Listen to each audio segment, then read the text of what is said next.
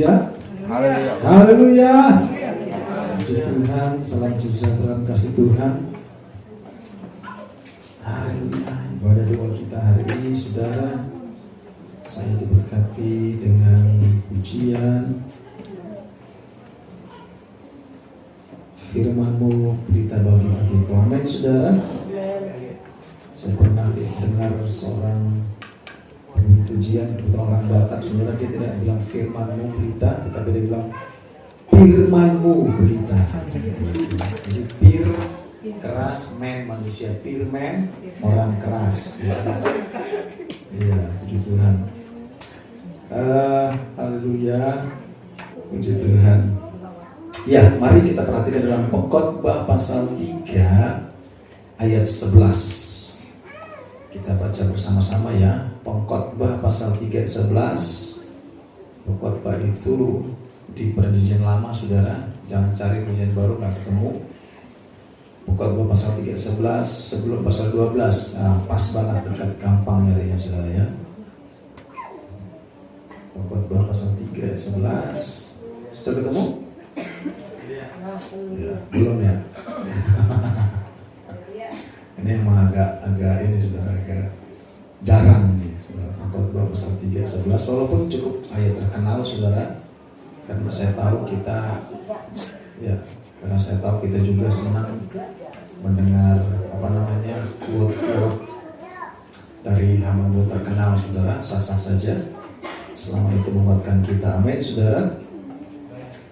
Ya, Om John Well itu ketua umum kita pernah bilang begini, saya itu ketua umum sudah hampir 10 tahun GBD, tapi gak pernah saya dengar jemaat saya itu mengulang-ulang khotbah saya. Yang didengarkan kok 2 orang, kata itu ketua umum, saudara. Terus dia bilang gini, ada survei di Jakarta, katanya. Survei di Jakarta itu 100 hamba Tuhan populer di Jakarta. 100 hamba Tuhan. Puji Tuhan, saya nggak ada, katanya. Jadi ternyata jemaat GBD itu nggak ngefans juga sama pendeta GBD ini, saudara. Ya. Atau mungkin sama gembalanya nggak ngefans juga, makanya agak jarang juga nonton khotbah gembalanya, saudara. Di sini nggak ada, saudara. Di Indonesia ada, saudara. Ya, jadi lebih senang khotbah dari luar. Itu Om John Well, saudara, ketua umum, bukan saya, bukan.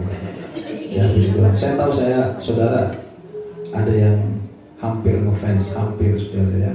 Oke, Pengkhotbah pasal 3 ayat 11 sama-sama kita baca yuk. Mari berdiri yuk, walaupun tadi kita sudah berdiri banyak menemani pujian, temani saya juga berdiri, saudara ya. Oke, hitungan ketiga ya. 2, 3. Ia membuat segala sesuatu indah pada waktunya. Bahkan ia memberikan kekekalan dalam hati mereka. Tetapi manusia tidak dapat menyelami pekerjaan yang dilakukan Allah dari awal sampai akhir. Puji Tuhan, silakan dulu. Saudara, ini firman Tuhan yang benar-benar dari hikmat Roh Kudus, ditulis oleh Raja Salomo, seorang yang paling berhikmat itu, saudara. Ya, seorang yang paling berhikmat itu, Salomo menulis bahwa ternyata, jadi saudara, Salomo ini, Raja Salomo ini, Tuhan kasih hikmat. Pada saat dia muda, dia tulislah Amsal. Ya, dia tulis Amsal. Di sana banyak sekali hikmat di Amsal, saudara. Ya, banyak petua di sana. Banyak hal-hal yang bahkan dicaplok orang dari Amsal. Setelah itu dia dewasa, dia tulis Kidung Agung. Itu gambaran bagaimana kasihnya kepada Allah, saudara. Kitab Kidung Agung wajib dibaca oleh bangsa Israel, suku Yahudi itu, saudara, malam sebelum ibadah. Nah gitu. Jadi satu pasal paling enggak Kitab Kidung Agung wajib dibaca oleh bangsa Israel sebelum hari Sabat. Bagaimana mereka menyatakan rindunya kepada Tuhan. Jadi Kidung Agung itu jangan diartikan hal-hal negatif, saudara, tidak. Itu bagaimana mereka rindunya kepada Tuhan. Jadi sebelum Sabat, ya, sebelum Sabat, mereka harus menyanyikan itu di malamnya. Satu pasal harus dibaca dengan alunan lagu, gitu, saudara. Itu wajib. Itu Kidung Agung Salomo tulis. Sampai dia dewasa, saudara, boleh dikatakan dia tulis pengkhotbah ini pada saat dia sudah mendapat katakanlah level doktor. Dia tulis pengkhotbah. Dan ini hikmat yang luar biasa, dia katakan, iya, menunjuk kepada Tuhan membuat segala sesuatu indah pada waktunya. Bahkan ia memberikan kekekalan dalam hati manusia.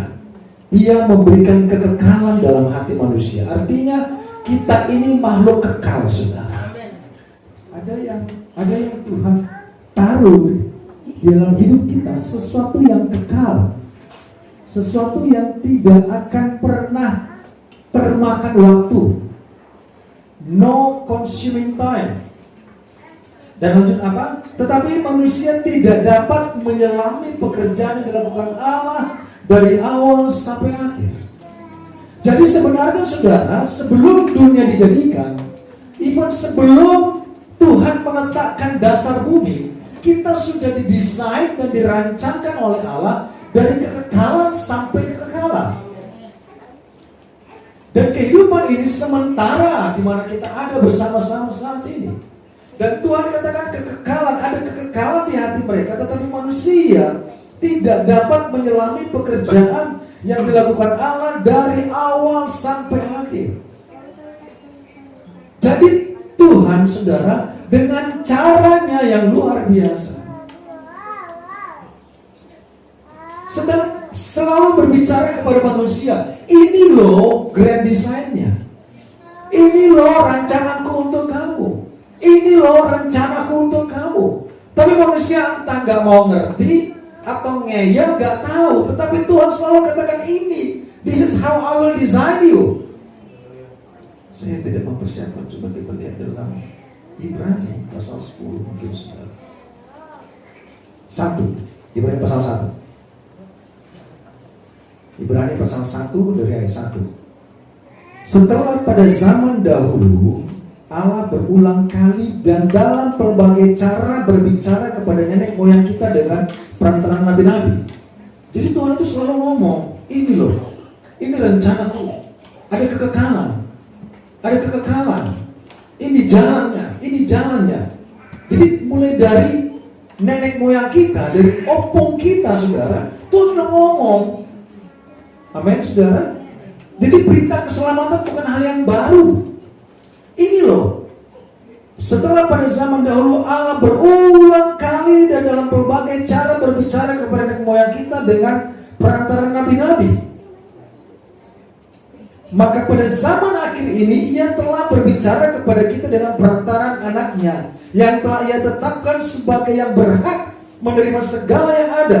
Oleh Dia Allah telah menjadikan alam semesta. Jadi saudara, gak pernah putus. Allah ngomong ke kita, berbicara dengan kita, dari nenek moyang kita, dari opung kita, bapak kita. Allah udah ngomong, saudara. Tapi karena manusia, bangsa Israel, saudara, yang namanya kepala batu, ya begitu. Gak ngerti, sampai Salomo katakan, manusia gak ngerti rencana Tuhan. Manusia gak ngerti apa yang diomongin Tuhan. Masuk kuping kanan, keluar kuping kanan, saudara. Kalau keluar kuping kiri kan masih lewat ya, lewat botak dikit lah gitu ya. Tapi balik lagi, saudara. Tukian kawan ini. Lalu dijelaskan bahwa sampai Injil Yohanes berkata, Rasul Yohanes berkata, pada mulanya adalah firman, firman bersama-sama dengan Allah, firman adalah Allah sendiri. Jadi mekanisme Tuhan itu gak mekanisme asal-asal, gak mekanisme amburadul, saudara, enggak. Bahkan nabi-nabi berbicara, nabi-nabi mengkhotbahin, nabi-nabi bernubuat, saudara. Terus itu bahkan gak dengar juga, gak ngerti juga, saudara. Tuhan akan turunkan Yesus loh. Firman itu menjadi manusia. Itu kalimatullah, Allah sendiri yang menjadi manusia. Allah sendiri yang ngomong, jumpain langsung. Jadi kalau awal-awal lewat nabi, lewat perantara, kata Allah begini, saudara. Tetapi Tuhan gak lagi, dia langsung datang sendiri. I'm gonna come myself, face to face, berhadapan dengan kita lewat Yesus. Sehingga dikatakan ke pengkhotbah bahwa tetapi manusia tidak dapat menyelami pekerjaan yang dilakukan Allah dari awal sampai akhir. Gak ngerti, saudara. Bahkan gak berubah-berubah. Sampai Tuhan kasih firman, bahkan sampai Yesus mati pun orang gak ngerti-ngerti gitu keselamatan itu bagaimana. Jadi Yohanes datang, Rasul Yohanes datang, saudara, dalam konteks pada mulanya dalam firman. Kenapa itu terjadi? Karena pada saat itu, saudara, Rasul Yohanes berhadapan dengan para filsuf, para orang berpendidikan. Ibaratnya zaman sekarang kita memakai Rocky Gerung, saudara. Rocky Gerung pernah bilang begini, filsuf tidak pernah menyatakan kebenaran, tetapi mempertanyakan kebenaran. Gitu. Jadi banyak orang tidak pernah ngomong kebenaran, tidak pernah hidup dalam kebenaran, tapi kerjanya nanya kebenaran, saudara. Tuhan sudah berbicara dari generasi ke generasi, bahkan sampai Yesus hadir, Allah sendiri. Sampai mati pun di kayu salib, gak mudeng juga gitu. Bagaimana rencana Allah dalam sebuah kekekalan yang Tuhan siapkan bagi engkau dan saya.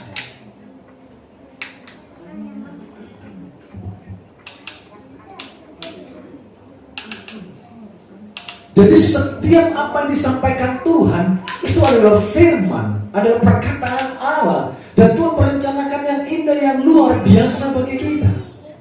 Sekalipun orang belum tentu merencanakan yang baik bagi kita, siapapun itu.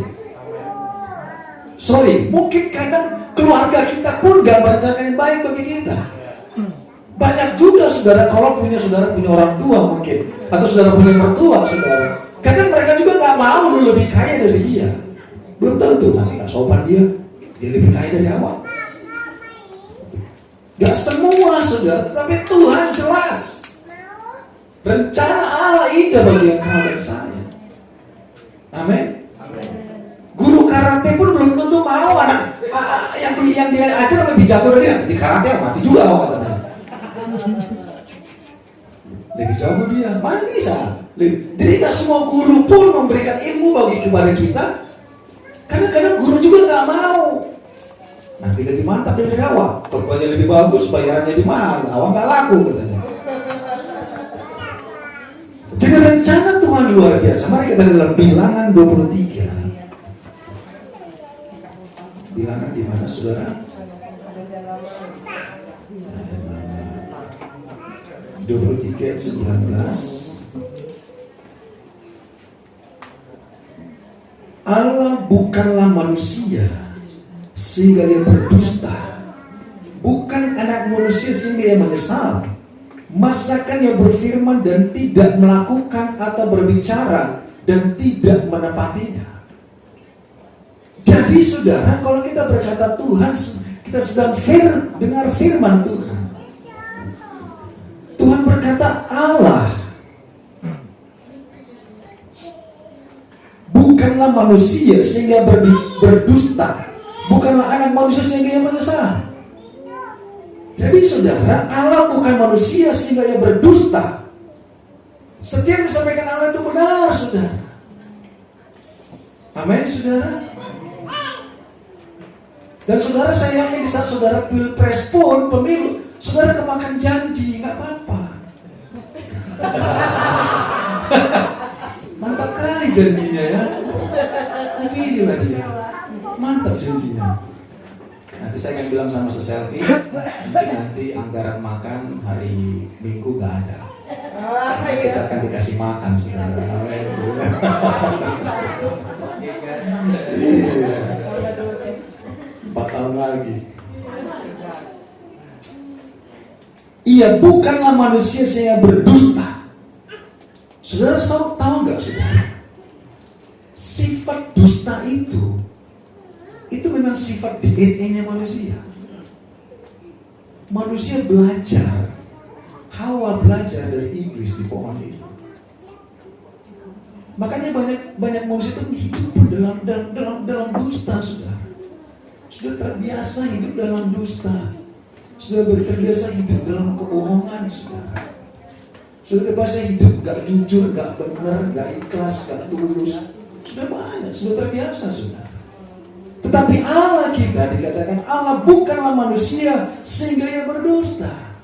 Kalau dia katakan ada rencana kekekalan di hati kita, dalam rencana itu betul-betul akan terjadi. Tetapi sebagaimana kita bisa mengerti rencana Allah dari awal sampai akhirnya, amin saudara. Tapi kalau kita masih belum mengerti, saudara, ini menjadi pertanyaan. Sehingga di saat khotbah tadi berbicara, kalau kita kembali ke sana, ia membuat segala sesuatu indah pada waktunya. Amin. Indah pada waktunya. Allah sudah siapkan, Allah sudah kerjakan. Dan itulah rencana Tuhan, indah pada waktunya. Bahkan dia memberikan kekekalan dalam hati mereka. Ia memberikan sukacita yang kekal, keselamatan yang kekal. Amin. Damai yang kekal, saudara. Banyak orang gak sabar, saudara. Saudara pernah gak ke Indomaret gitu, ke Alfa, beli sesuatu atau Aqua, saudara beli, saudara minum dulu sebelum bayar. Itu namanya apa ya? Haus, betul. Tetapi nggak menunggu sabar, saudara, sampai kita halalkan. Amin, saudara. Betul kan? Saudara kalau minum Aqua di Indomaret, saudara belum bayar, itu belum dihalalkan.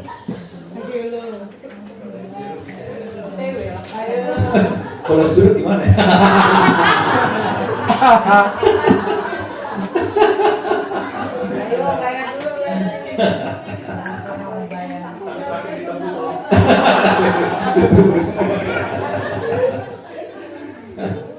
Artinya saudara, percayalah semuanya akan indah pada waktunya dikala kita mengerti rencana Tuhan. Karena Tuhan bukan manusia. Kenapa Tuhan katakan Tuhan bukan manusia sehingga dia berdusta? Berarti Tuhan tahu manusia suka bohong. Tuhan gak bilang bahwa Allah itu Allah tidak berdusta karena dia bukan ayam, saudara.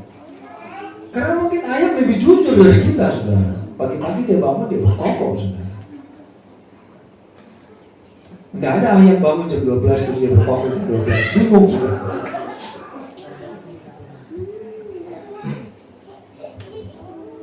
Allah bukanlah manusia sehingga berdusta, bukan anak manusia sehingga menyesal. Masakan ia berfirman dan tidak melakukannya, atau berbicara dan tidak menepatinya. Saudara, di ujungnya Salomo ini pada saat dia tua, pada saat dia sudah memiliki hikmat yang luar biasa lewat pengalaman, lewat urapan yang Roh Kudus berikan kepada dia. Di ujungnya dia katakan itu, saudara, bahwa ia membuat segala sesuatu indah pada waktunya. Amin, saudara. Jadi kita tinggal menjalani kehidupan kita. Kita percaya, kita terima firman, saudara, dengan sukacita, dengan damai, saudara. Kita ibadah, setiap ibadah pulang dengan sukacita, dengan damai. Kita menikmati damai Tuhan. Amin, saudara. Kita menikmati sukacita Tuhan, kita percaya firman, kita aminkan firman dalam hati kita, kita berdoa kepada Tuhan, Tuhan dengar, bahkan Tuhan katakan sabar indah pada waktunya. Amin, saudara. Dan itu yang Tuhan kerjakan bagi kau dan saya. Saudara mengandalkan siapa di dunia ini?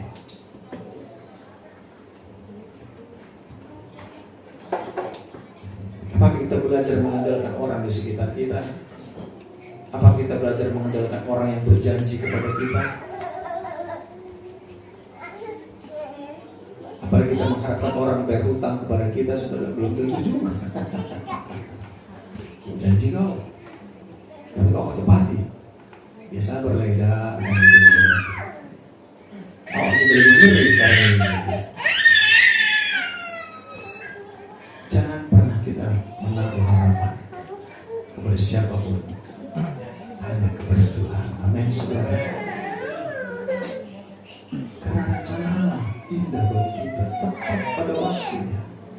Bahkan Tuhan siapkan kekekalan bagi kita. Pertanyaannya, saudara, bagaimana kita tetap menjaga hidup kita benar dalam sampai kita meraih janji Tuhan, sampai kita menerima rencana Tuhan. Kadang kalau kita nggak sabar, saudara, kita mulai cari jalan lain, kita mulai cari cara lain, saudara. Kita mulai mengharapkan si A, si B, dan si C. Kita mulai setting strategi. Bahkan kadang itu bukan dari Tuhan. Di saat Abraham tidak sabar, sehingga dia mengambil Hagar, dan itu akar permasalahan, saudara. Itu terjadi. Allah kan kasih kita free will, karena kita bukan robot, bukan malaikat juga. Hanya manusia yang dikasih free will, saudara. Pada saat kita diberikan free will, orang gak sabar, dia akan cari jalan lain. Sama seperti Abraham, dia cari jalan lain. Dan itu menjadi akar. Tuhan tahu, tapi Tuhan izinkan, ya udah, lo tanggung aja sendiri. Walaupun di medsos suka bilang orang, woi, kalau bapak kau gak selingkuh, gak mungkin lahir kau, gitu, saudara. Garuk-garuk juga, saudara. Ada opung kami, saudara, keluarga kami, saudara. Pas dia mati, meninggal, berkumpul anak-anaknya. Datang lagi satu keluarga, cucu. Ini anakmu juga ini, gitu ya, saudara. Ternyata terungkap, saudara. Itu orang gak sabar. Anakmu juga aku, gitu ya. Anaknya ngasuh, aku kenal kau, katanya, aku kenal kau, katanya. Di orang meninggal orang Batak kadang begitu, saudara. Akhirnya ketahuan. Tapi udah gak mungkin dimarahin lagi, udah mati. Selingkuh ternyata kau yang bayar, katanya, gak mungkin lagi. Gak bisa, saudara. Mari kita lihat dalam Yeremia ayat terakhir, saudara, pasal 29. Ayat terkenal sekali, saudara. Ayat yang senang kita dengar. Yeremia pasal 29 ayat 11. Ya. Sebab aku tahu, sebab aku ini mengetahui rancangan-rancangan apa yang ada padaku mengenai kamu. Demikianlah firman Tuhan, yaitu rancangan damai sejahtera dan bukan rancangan kecelakaan, dan untuk memberikan kepadamu hari depan yang penuh harapan. Amin. Amin, saudara. Coba baca ayat 28. Ayat 10. Naik satu ayat, saudara. Yeremia 29 ayat 10. Sebab beginilah firman Tuhan, apabila telah genap 70 tahun bagi Babel, barulah aku memperhatikan kamu. Aku akan menepati janjiku itu kepadamu dengan menggembalakan kamu ke tempat ini. Perhatikan, apabila telah genap 70 tahun bagi Babel. Artinya apa, saudara? Saya pernah sampaikan, kenapa mereka ada di Babel? Karena mereka melupakan Tuhan selama 400 tahun. Kurang lebih 490 tahun. Mereka melupakan Tuhan. Keluar dari Mesir, di tanah Kanaan 490 tahun. Setelah itu mereka masuk lagi di Babel 70 tahun. Karena apa? Karena mereka tidak taat. Tuhan harus mengambil lagi apa yang Tuhan pernah kasih ke mereka, dan mereka harus sabar di sana 70 tahun lagi. Dikatakan apa? Sebelum Tuhan katakan rancangan yang ada padaku, tetap di tangan Tuhan ada rancangan, saudara. Rancangan damai sejahtera, bukan kecelakaan, masa depan penuh pengharapan. Tetapi ayat 10 dikatakan setelah genap 70 tahun di Babel. Artinya apa? Setelah genap waktunya Tuhan, indah pada waktunya. Amin. Bukan waktunya kita. Kita secara pribadi mungkin gak sama dengan orang lain. Genap waktunya Tuhan untuk memberkati, memulihkan, menolong. Tetapi kalau kita sabar dan setia, dikala kita tetap tekun, saudara, bahkan ada kekekalan di hati mereka. Bagi mereka yang mengerti rencana Tuhan dalam hidupnya dari awal sampai akhir, Tuhan setelah genap waktunya, aku akan memulihkan engkau. So, aku tahu rancangan apa yang ada pada mengenai engkau. Bukan rancangan kecelakaan, melainkan rancangan damai sejahtera, bahkan masa depan penuh pengharapan. Amin, saudara. Ini yang pokok jelaskan, bahwa kita harus mengerti pekerjaan Tuhan dari awal sampai akhir. Kalau di tengah-tengah kita belok kanan, sudah terbelok kiri. Tuhan tetap tunggu waktu ketekunan dan kesetiaan ini. Bangsa Israel 70 tahun genap, lu selesai, keluar, lu gue berkati.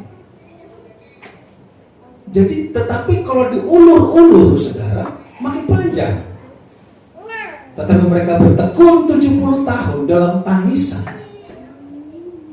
bertekun tetap percaya, tepat waktunya 70 tahun Tuhan pulihkan mereka. Amin, saudara. Kehidupan kita pun, mari, rencana Tuhan indah bagi engkau dan saya, indah pada waktunya. Sabar kita menunggu waktunya Tuhan. Terus kita dipulihkan, terus kita dikuatkan. Ada waktunya Tuhan menolong kita, karena Tuhan berfirman, Dia tidak berdusta, karena Dia bukan manusia. Mari saudara kita naikkan pujian.